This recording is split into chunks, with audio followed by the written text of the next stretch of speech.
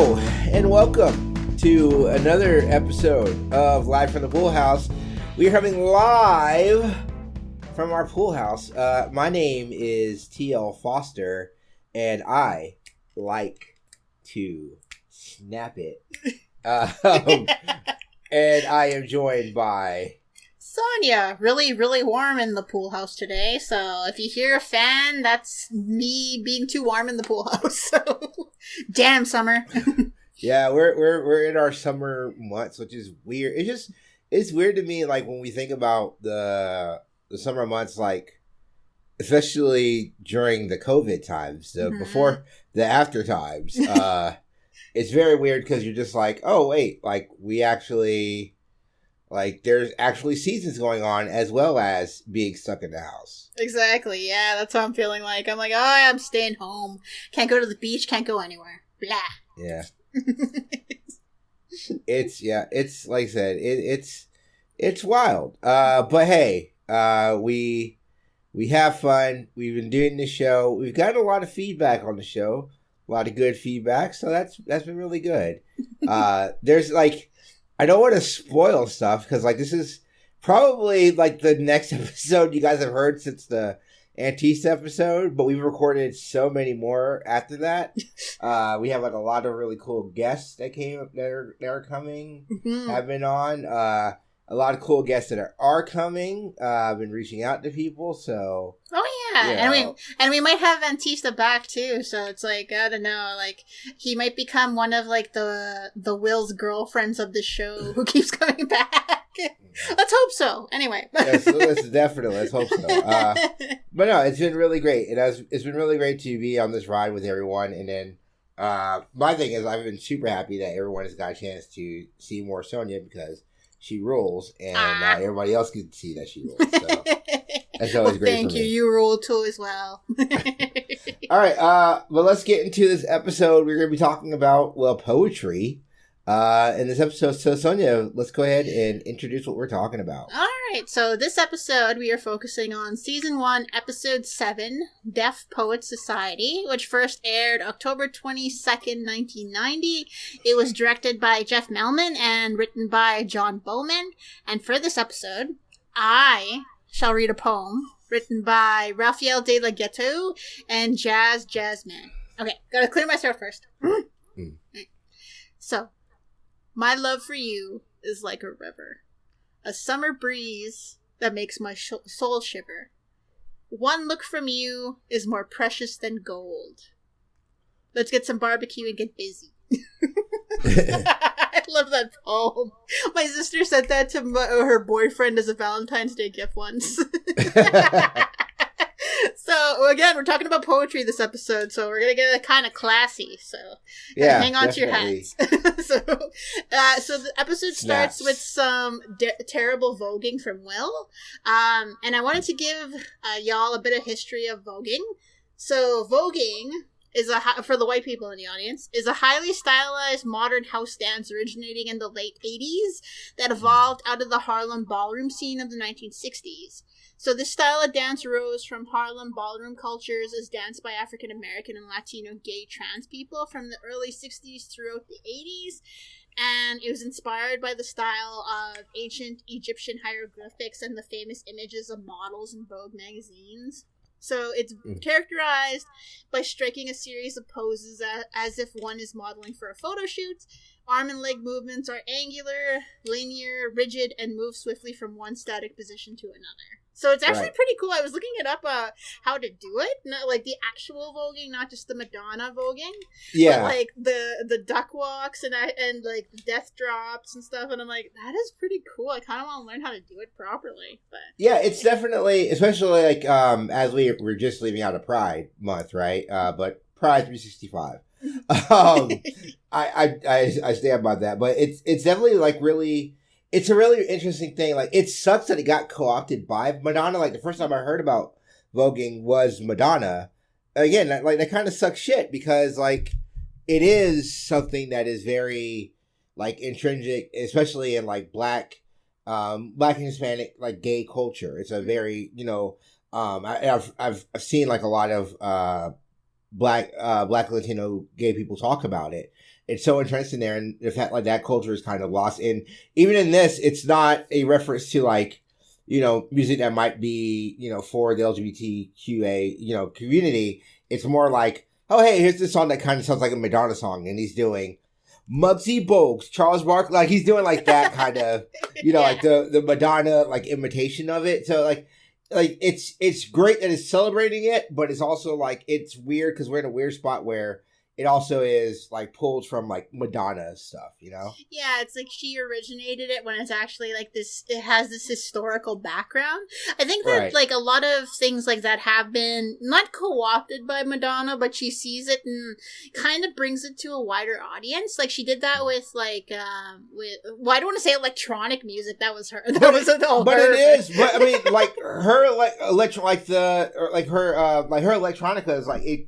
It goes from being like electronica, everyone listens to it, everyone hears it, to like, oh, Madonna's like beam of light. This is music that's never been like made before. Mm-hmm. It's kind of like the thing with like Gwen Stefani in the 2000s when she was doing like, her kind of like Japanese like kawaii type thing. Yeah. Right. It is like, well, no one's ever done this before. It's like, well, have you watched anime once? Like, so like that, like, yeah, it's a thing that a lot of like white women performers do is they see something in a genre that they are interested in and then they co-opt it. I don't think it's like a malicious thing. Mm-hmm. It's just something that they don't think about and they co-opt it. And then at the end of the day, you're like, well, shit, I guess you're gonna like do this now. So well, Madonna actually did that with when she started like on her last tour. I think she had like these Vogue dancers who were these Japanese lesbian couple. Like if you see her video like Bitch on Madonna, I think they're in there. Like they look like they could be twins basically, and they're doing like the super cool fast voguing that is like the hand gestures and stuff. No one can see me doing the hand gestures, but trust me, I'm doing it. But it's pretty cool. Like I do appreciate sometimes when people do bring stuff like that to the mainstream, but then it seems like everyone credits them with originating it, which is bothersome to me. Yeah, but that's it. That's it. We just don't need to watch Caught. But so when I first watched Fresh Prince as a kid, I never really got the references to the Cosby Show, like specifically in this episode when Will is talking to Hillary and he's all sarcastically going, "I'm never gonna meet Lisa Bonet." So I'm like, I only knew Lisa Bonet as Lenny Kravitz's partner and Zoe Kravitz's mom. So, and I really looked into her, and I was really annoyed to find out how she was mistreated by Cosby and left the show. And left A Different World, which was her spin-off of the Cosby Show, right? Well, she got fired from A Different World. So she ended up doing a movie. I forgot the name of the movie. Chris, if you listen to the episode with Chris on, he does a show called 30-20-10. They talk about it. But she gets nude in the movie, and she ends up getting fired. Now, I think Lisa Bonet is a really good actress. Like she has done stuff where I've always been like a huge fan of hers. And I think she really works well on the Cosby Show. I didn't like her on A Different World. Mm-hmm. And the only reason why it's like My Different World is very much Jasmine Guy, Kadeem Harrison, like the Whitley, Dwayne Wayne, like relationship. Cause that's what I grew up on. Like she had left the show by the time I was watching these shows. Right. So, it was a whole thing where, he got upset, but she came back on the Cosby Show. She was on the Cosby Show for years afterwards. But I thought it, like, with her leaving, it allowed that show to grow. Mm-hmm. And it became less of a Cosby spinoff to its own show. Yeah, because of what you've been saying about A Different World, I started watching it because it came up on my YouTube suggestions, and I saw the episode where one of their lady friends was getting beaten by her boyfriend, and it was such a good episode. Like, Jada Pinkett was in it, and I was like, oh my, and Cree Summer, who I love, and I was watching an episode about one of the guys getting into a bet with some football players about a game, and they get pissed off and start writing the N-word on his car. And that was the only problem I had with the show, though, because you could tell there was a Cosby influence in that episode because there was sympathetic white people in it, and like there was a cop who the black characters were talking about how they couldn't trust him, and the cop was like, "I marched with MLK, so like you don't know who I am," and I'm like, okay, that's a Cosby insertion because they could not have a racism show without showing, both sides are wrong about this. And so that I'm planning to watch it, though, just because it's like a lot more fun and a lot more it's a lot more women focused than I thought it would be. Really. Yeah, I mean, well, the creator of it was Felicia Rashad's sister, right? So this was basically her stories. A Different World, and we might. So I'm going to announce something at the end because I'll probably end up doing it. But, hey, what if we did a Patreon and we added a different show and it's a different world? That's something I wouldn't mind doing. Exactly. So that's the reason why I'm not going to go fully into the history of A Different World. But A Different World, like the creator of it went to a historically black college in Georgia, which is Spelman, and she, was depicting it, and that's the reason why it is very women focused. I agree with you. The women actresses are so great. It's such a really good show. And again, maybe we have a big enough following where I can be like, hey, Sonya, let's watch A Different World. Yeah. Let's watch A Different World as well. Yeah. So. Oh, and maybe we can get Cree Summer on the show. She loves me, so I would love to talk to her about the show. I would love to get. I have had the biggest crush on Freddie Gibbs since I was a child. So I love Cree Summer. So if we could definitely get Cree Summer on, I would literally sit here on the whole episode and just be like, It's like, yes. Oh my god, keep talking, yeah. Yes. But yeah, I was like, so this episode, Uncle Phil tells Will that he will either need to join an after-school club like Carlton or get a job. So, and Will imagines himself working in a fast food establishment, eating the fries he's cooking, wearing a hairnet. And so I wanted to ask, did you have an after-school job? No. So throughout high school, I never had an after school job. But I did a lot of, extracurriculars, right? So I did football, American football for you pedantic assholes. But when I went to Alabama, did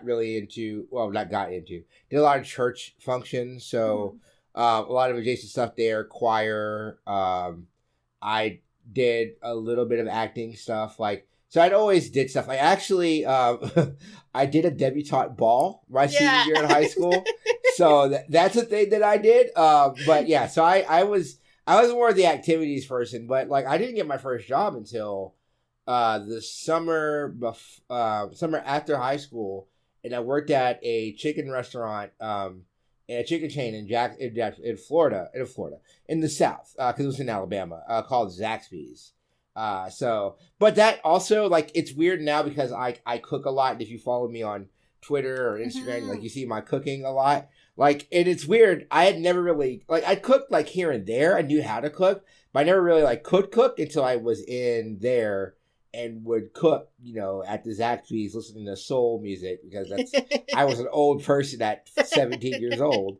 But that was my experience. So did you have extracurriculars or did you work? I used to do stuff I played the fiddle. In the province that I'm from is the homeland of the Métis Nation, which are traditionally half Indigenous, half French people. So fiddle has been such a big thing for that culture. I was also on the basketball team, but I usually worked various odd jobs in the summer. One summer I worked at a fish hatchery, cleaning tanks the size of pools. And I used to work in restaurants in my hometown, but I didn't like getting up at 6 a.m. And so I was like, I'll just keep the work to the summer. So, right. But we find out that Bel-Air Academy, an all-boys school, has their sister schools over for after-school activities. which wins Will over immediately, obviously. Mm-hmm. And so Will blindly follows a group of young women into their club, the Poetry Club. Now, have you ever been to a school that was segregated by gender? No, I've only ever been to one school my whole life, and the only time we were segregated by gender was when we would do free gym period. So one side would play floor hockey, and one side would play with the skipping ropes, and you can guess which one played which. So that was about it. Yeah. So I didn't until I went to college. And so I went to a military college, and it wasn't really because we had females at our college, but we were adjacent to an all women's school. And we actually, it's so weird. We actually had to do one of the things, and again, this is in Alabama. This is in Selma, Alabama, and we had to do the thing where we dress up in the military uniforms, and you went to the ball, and we went to a ball, and here's the thing. The thing about having men, especially men who are just recently in college, they're not really great when it's like a college full of women, because they will automatically have a derogatory look towards those women. Aww. And so every joke was, oh, well, this person's a dog, and blah, blah, blah, blah, blah. And it sucks because, I can't sit here and say that I wasn't complicit, because I was. And I know I was, because I was a shitty 19-year-old, right? Mm-hmm. And you're just like, oh, hey, I'm going to be cool and say the thing that we're all thinking, right? And it's shit. So I like Will's approach to this, and I get, the whole of, oh, I haven't seen a woman in forever. But, it can, it's... Those scenarios can be really it's really what's a good way of saying it? You can have really bad gender hangups when you go into that scenario like that. And also you also put more emphasis on other genders. You're more of especially as a male, you more undervalue them because you don't get to see women all the time. When you see them, it is very objectifying because you're like, this mine, which sucks. So yeah, suddenly reminds me. I don't know when this has come out, but just recently the U2X radio station released on Sirius, and I am a massive U2 fan, so I've been going back in time with their history and what they've meant to me. And I was reading up about how Bono, the lead singer, only got into singing because it attracted girls, because he grew up in Dublin, which was still pretty segregated in terms of gender because of Catholicism, and so he would sing for girls, and he would play guitar badly, and that's how he met the Edge, because Edge realized that he knew he was a better guitar player than Bono, but he didn't get 75% of the interest from girls that Bono did, just because Bono had something more. So but I wanted to ask you, did you ever join a club or become interested in something for a hottie? All the time. And that's it's so weird in happenstance, but I've joined multiple clubs and plays and stuff like that because you see a girl there, you're like, oh, that girl's really attractive. Maybe if I do this thing, maybe they'll notice me, right? It's literally every dumb cliche in a movie, a guy thing, but absolutely I've done that. And has it ever worked for me? No. Yeah. It's never worked. I've never joined a club and then that person was like, oh, I now hang out. But I also think that all those experiences, however, are so important, and I would do them again. Aside from wanting to hook up with that person, but being able to actually learn and grow, I thought that was very important. Yeah, I've seen a lot of stories about men who join clubs for women. I'm a huge fan of the actor Mads Mikkelsen, who played Hannibal on Hannibal. He became a ballet dancer just because he wanted to meet girls. So I learned how to do ballet when I was in middle school because that was a great place to meet girls. And also I like to dance. Oh, yeah, exactly. Well, I once read the entirety of Henry Rollins's written work because I had a massive crush on a dude I worked with who loved Henry, and I ended up like it didn't work out with that guy because I think he had a girlfriend, but I ended up becoming a huge fan of like the written stuff that Henry writes. So it works out somewhat. You learned something during that time. So yeah, Man, okay, so combining two of the stories we told. So one of my first jobs out of college was I worked at a Krispy Kreme, which is a donut establishment here in the States. Tremendous donuts, by the way. Don't listen to anybody who tells you differently. But I learned how to do everything at that store because there was one of the most like attractive women I've ever seen in my life, or girl, because she was still in high school. It's not one of those weird things, guys. I was like 18, just turned 18. She was literally 17 years old. So it's not me being creepy, not me being creepy dude at all. All right. We were about the same age. And I was just like, I'm going to learn how to do everything. So when she works, I'm going to work too. And it was like, I never did the thing like the creepy thing of like, I'm going to go follow her. It was like, no, I just wanted to make sure like I was there. And we were just really good friends because I'm just I'm too much of a scaredy cat to be like, oh, hey, what's going on? Like, we're just like, no, we're just going to be friends. Oh, man, that's like how it always ends up. Like, because I've, like, when I had a crush on my first boyfriend, what I would do is I would find out where he was going to be and be there. So this was in university. I was like 17. I think he was like 20 at the time. But yeah, like I would see him and like, but it was always the way that whenever I got dressed up with the intention of going to see him or seeing him that day, it would never work out. So I'd always look like total trash whenever I ran into him. So it was just terrible. Oh man, the love lives, people. Like this is what you're paying for. But anyway, yeah. Or not paying for. Like, give us a 5-star review on iTunes for that. I mean, hey, look, there may be a way that you can pay for it soon. Who knows? We can read our poetry. Yeah. This is me dropping huge hits. I would love to do a Patreon, but maybe. Oh yeah, we'll see. Yeah, like because I would love to watch House Party. Like that would be hilarious. Oh like, my god, yeah. Oh yeah, let's do. Or we could watch what was it, Meteor Man with Antista or something. Oh, I mean, yeah. There's so many black. Like let's. All right. But anyway, let's get more. Yes, let's get more. Poetry Club is chaperoned by Mr. Fellows, who tells Will he finally watched the movie Glory. I had to look it up as I had never seen it before. So it's a movie with Denzel about the heavily fictionalized events of the 54th Massachusetts Volunteer Infantry Regiment during the U.S. Civil War. The 54th were the second African-American regiment in the Union Army during the Civil War. So, Mr. Fellows reminds me of every white teacher that I've had who is well-meaning but obviously trying way too hard to be down. So, I don't know if you've ever had a teacher like that.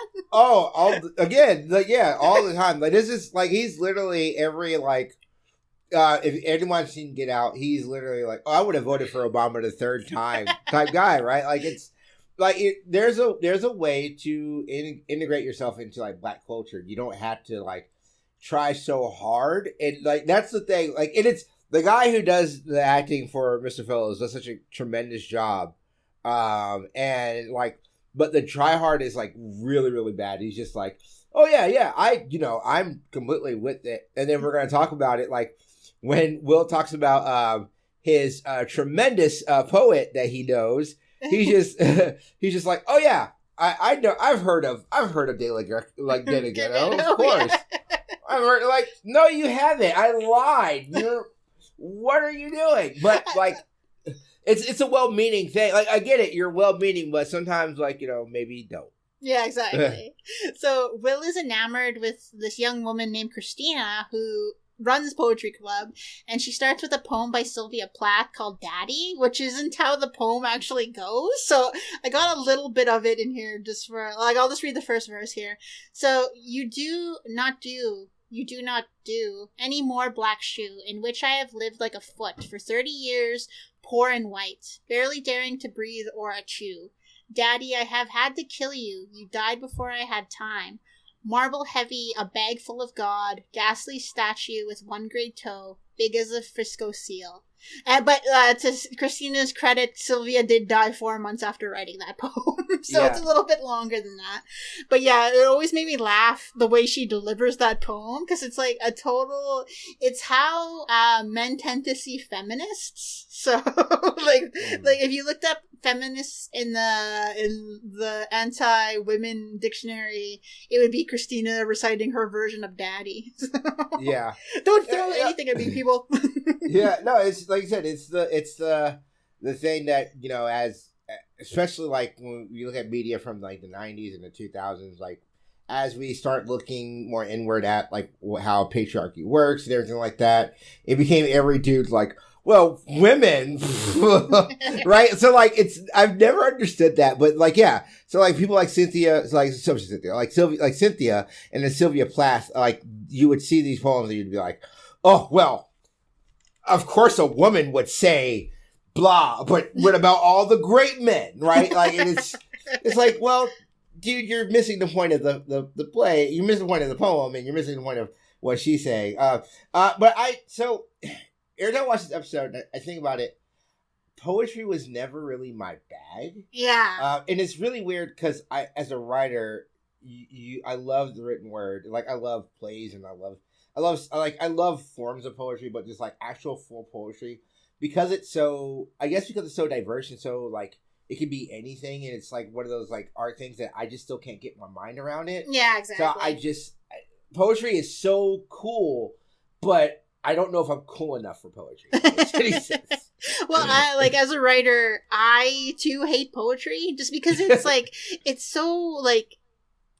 It's so contained to me, I think is why I don't like it. Like I can't really build a world in poetry, and that's why I love writing, is so I can build my own world.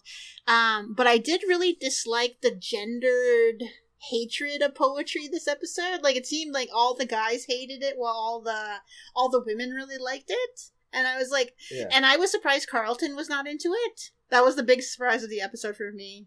But I love, there's this line that Aunt Viv comes in and she's throwing shade at Will. Because Will asks her, like, Will says, Aunt Viv, I know why guys like poetry, because girls do. But why do girls like poetry? And Aunt Viv says, because girls think with their brains.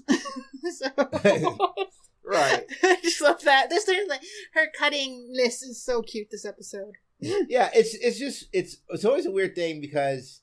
And this is like some of the stuff I dislike with the early seasons of the show where it gets a little sitcom-y because it does go into like a lot of gender tropes of like, well, this is not masculine. How can a dude watch? Like, but some of the most famous poet laureates are male, right? Mm-hmm. And that's the thing that like, I never understood like when shows do this. Like I get it, but I also don't because like you can gender anything and like, but for every like aspect or every like form of art media, like you can find men littered throughout it, and that's the thing that's always been like weird to me, especially like that reading of the like, oh well, why are dudes doing this? Like, yeah, because dudes are doing this because they like to do this, not just to get women. Like, Langston Hughes, or it's like what you said with cooking. Like cooking at the highest point is always done by men. Like right. Professional chefs and that sort of thing. So it's like it's girly until it isn't, right? Which is bothersome. Yeah. And like, don't get me wrong. Yes, that is a huge problem because like we should have more women that are in higher positions in a lot of this stuff. As a huge just patriarchal problem in general. But like to say that, like I said, anything that you can name that is like you can say, oh well, this is feminine. I can guarantee you will find a man somewhere very high in it. Yeah, exactly. So Geoffrey reveals he's an avid poet, having won competitions in the past, and goes into his show-stopping version of The Charge of the Light Brigade by Lord Tennyson Alfred, which will come back later. So don't worry about that.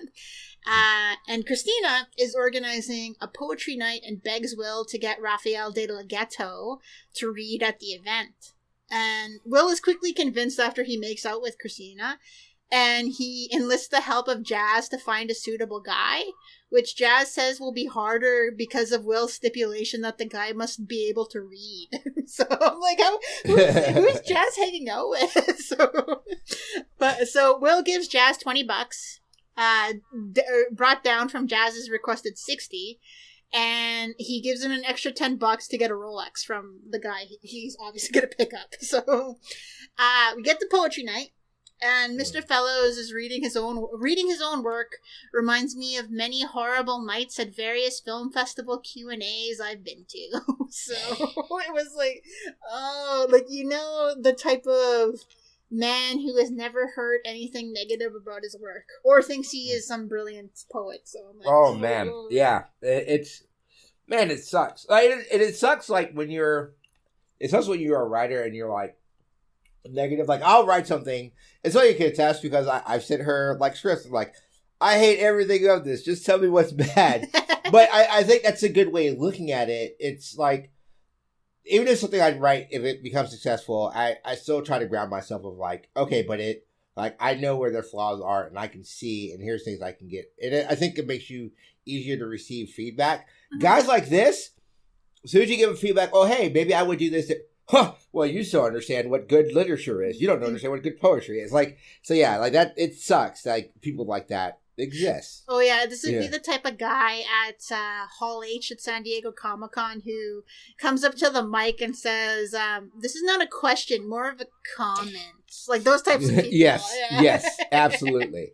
Absolutely those guys. So Jazz is unable to get a guy, as the guy he wanted ended up in jail for selling fake Rolexes.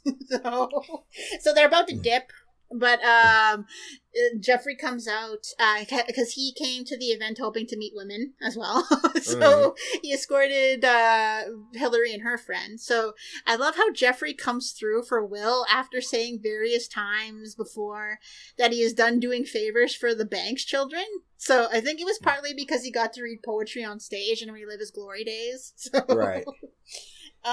So like this is probably our quickest episode just because it is the main focus of this episode, the main crux. The best part of the episode is this part where Geoffrey comes out as Raphael de la Ghetto, wearing the dashiki and a big afro and a pair of Jazz's sunglasses. Yes. And I love how Hillary seems to be into it, telling her friend, wow, that's a good look for him. So I just love that. Like, and so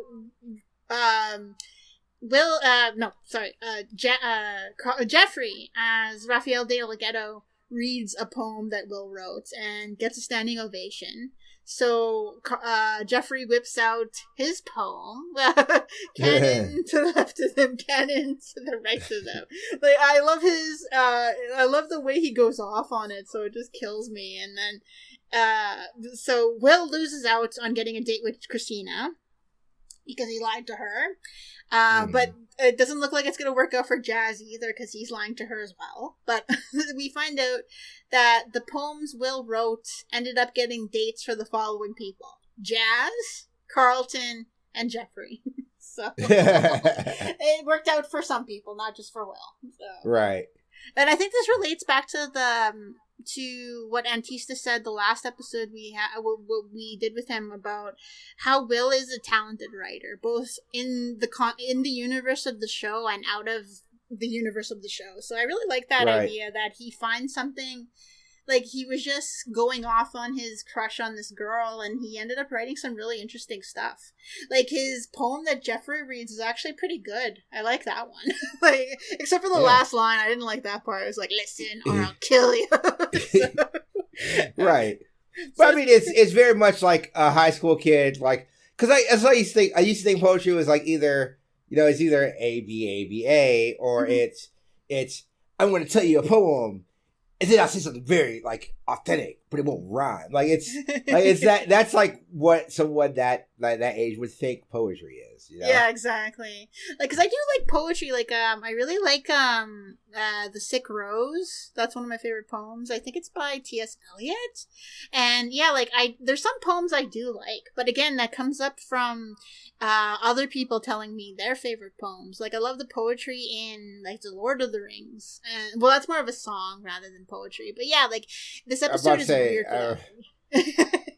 Yeah, songs, no, I mean, yeah. I think of stuff.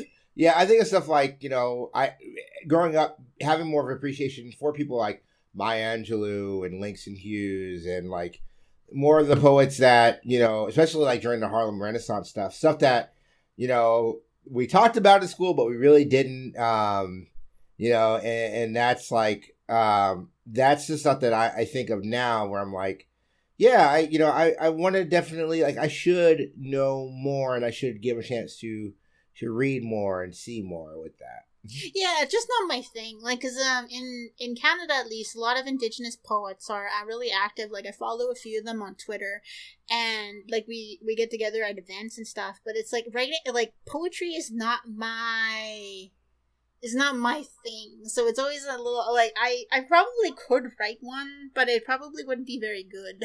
So, I know mine would be terrible. Like I struggle with a 3-act structure. Like my poems would be terrible. So the episode ends with Aunt Viv reading a poem from Amory Baraka. I think I hope I pronounced it right. A black writer who I found out while looking him up that he had some controversies related to homophobia and anti-Semitism during his time as I believe a poet laureate. I'm not 100% sure just because of I wasn't looking at his notes, but like he a lot of people believe his homophobia stems from the fact that he himself is gay. So yeah, like he did have relationships with men, I believe, and so I'm not sure where the anti-Semitism comes in from, but yeah, like it's. I can probably guarantee he's probably one of the is it New Israelites? Like it's you know people like the Louis Farrakhan thing. It's like a lot of that stuff is bred in like it's almost like a form of white supremacy, but it's not like. I hate the term black supremacy because it's, you know, it's a BS term. But it's like, it's kind of that same kind of, you know, that same kind of like life teaching where you're just like, I hate Jews and I hate, you know, gay people. And it's a thing that sucks. It's a thing that mars a lot of, you know, black culture. Yeah, like I find that too with Indigenous culture too, where there's a lot of dislike in Canada from Indigenous people towards new Canadians, like immigrants, and I find that like really detrimental to both people because it's like this is exactly what the like we and TL were discussing this before about unity and like what does that mean when like someone like Terry Crews is making stupid remarks, but right. Like in this case it's true because like there needs to be unity between us because the people who want us to keep arguing are the ones who are keeping us both down. So right. It's just like, we gotta stop this. We gotta focus on the real thing. But yeah, like, I was really annoyed, too, that, this episode that they didn't pick a female poet. I thought that would have been better, like, to end with. Because I think Maya Angelou was, like, not that she's the only poet in the world, but, like, she was probably really well known at this time, too. So, like, I think Cage Bird Sing came out in, like, the 70s or something. And so, like, I was kind of surprised that they didn't pick her, but, like, I guess it's probably because they wanted to give somebody else a little bit more of the rub, I guess, to use a wrestling term. Right. Yes. No, and it definitely is. And I think that's what we'll do. What I'll probably end up doing, what I'm going to end up doing is I will pick a really good poem to put at the end.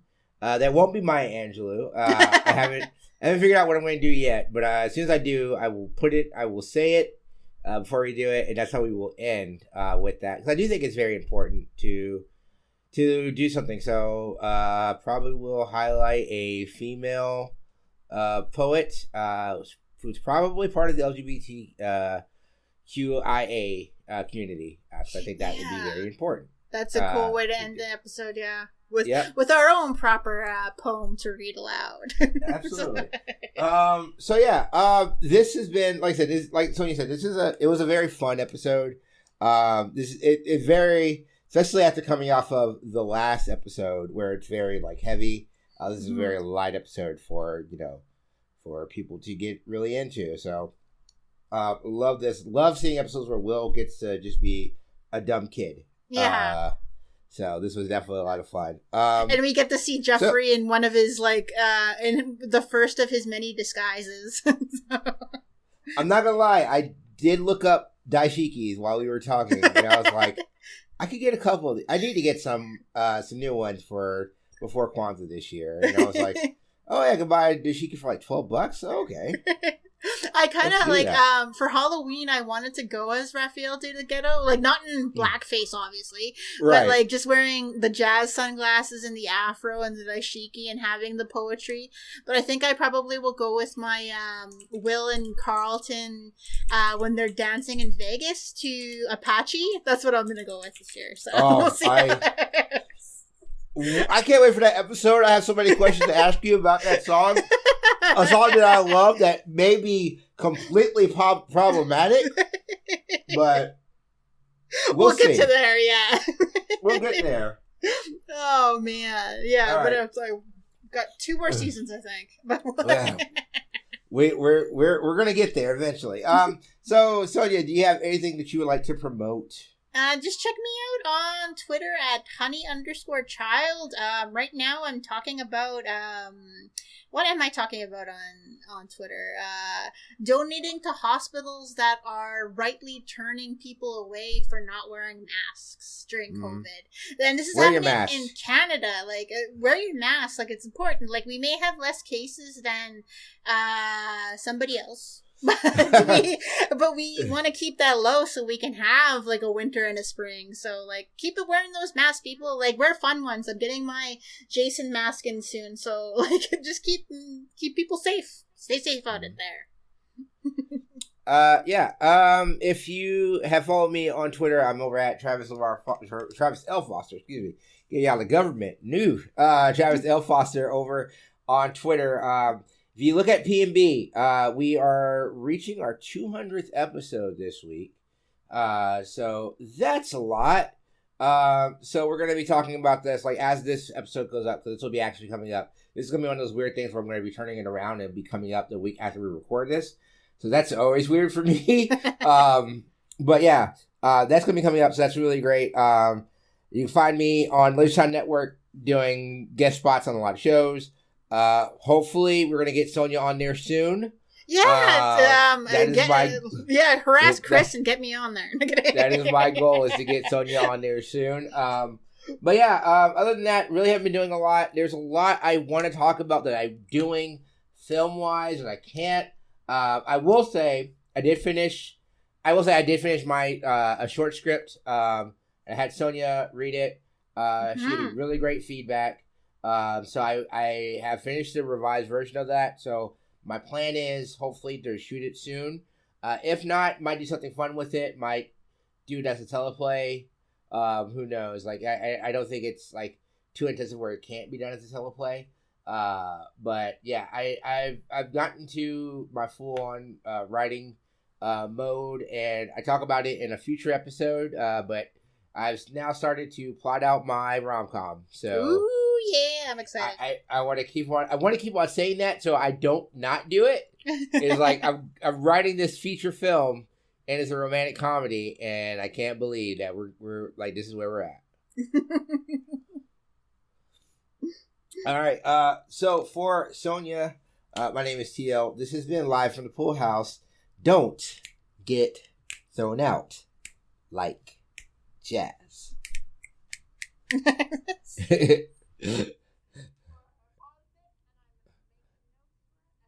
Hey guys, it's TL Foster here. I am coming in and I am going to introduce the poem that we are going to go with on this episode. This is done by the current poet laureate from Boston, Portia Owailioa. And this is a poem that she did in 2014. So please listen. It is called Angry Black Woman. Thanks so much.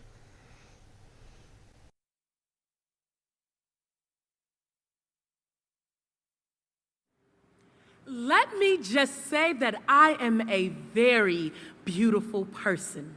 I'm sweet and intelligent and funny and awkward. And I just had to say that. Only because I'm a little tired of this stereotype about the angry black woman, whoop-de-doo, right? Because as you can see, I am black and a woman, and I'm not angry at all. Hell, I'm pissed the fuck off. I'm mad as hell. I'm so mad, I'm getting ready to break my foot off in everybody's ass, but pretend this is class so I can tell you why I'm mad at the education system. Mad because education is the key, yet they keep the poor locked out. They get hand-me-down books and hand-me-down chairs. Hand-me-down teachers who give them hand-me-down stares. I'm pissed off at gentrification. Pissed that the rich be Robin Hoods and mad that Robin Hood was just a motherfucking myth. I'm mad because Barbie is a standard of beauty. I hate that fruits and vegetables are so damn expensive, so how the poor gonna eat healthy off some damn tater chips? I'm mad that the government and media are controlled by the same people, and those same people are the same people who control everything. I'm mad women get raped. I hate that I only got 3 minutes to say this poem, and I got about 10 minutes worth of angry. I'm mad that I can't say that I am a socialist out loud. Mad that the gay and lesbian can't be out loud and proud in the military, and pissed off because only 28 states allow everyone to unite in holy matrimony. And while I appreciate civil unions, fuck civil unions. If I move to another state, then the state of my civil union is at stake. So what good is that gonna do for me in the state of Wyoming? And believe it or not, I'm still pissed the fuck off about slavery. That's right, I'm still mad because I still pick cotton off clothes racks and never racked up reparations. Mad because niggers call each other niggas, and sick because any minute sister girl's gonna turn around and call me a bitch. I'm mad at black men for reasons I don't have time to list. I'm pissed off at hip hop. I'm pissed off at black on black crime. I'm pissed off that Ricky Ross got all the crack and we can't turn that shit back. I'm pissed the fuck off. I'm mad because above everything, at any given time and in any given space, I, as a black woman, can suffer from racism, sexism, homophobia, classism. I can be raped, be burned alive, and no one, not a single soul, will look up to acknowledge my absence from this universe because I am insignificant, because I am a black woman. And finally, you see, I have every right to be pissed the fuck off. But most of the times, despite what you believe, I'm really, really sweet.